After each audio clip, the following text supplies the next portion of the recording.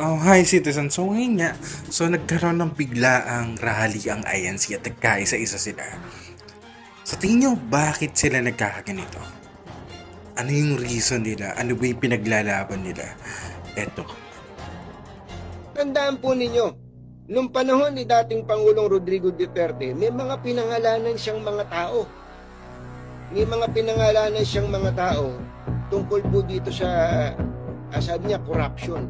Pero meron ba siyang naipakulong na corrupt noon, nung panahon niya?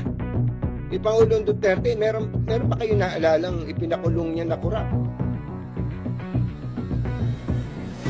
Hindi ako, baka naman nalimutan ko lang. Meron ba? Wala.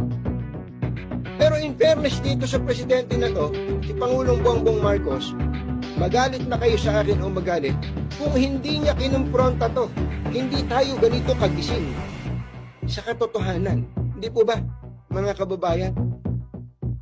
Kung hindi ginawa ni Pangulong Bongbong Marcos itong mga pinagagagawa niya na to, hindi sana tayo mulat na mulat ngayon, galit na galit ngayon, na meron palang ganitong klase ng sistema.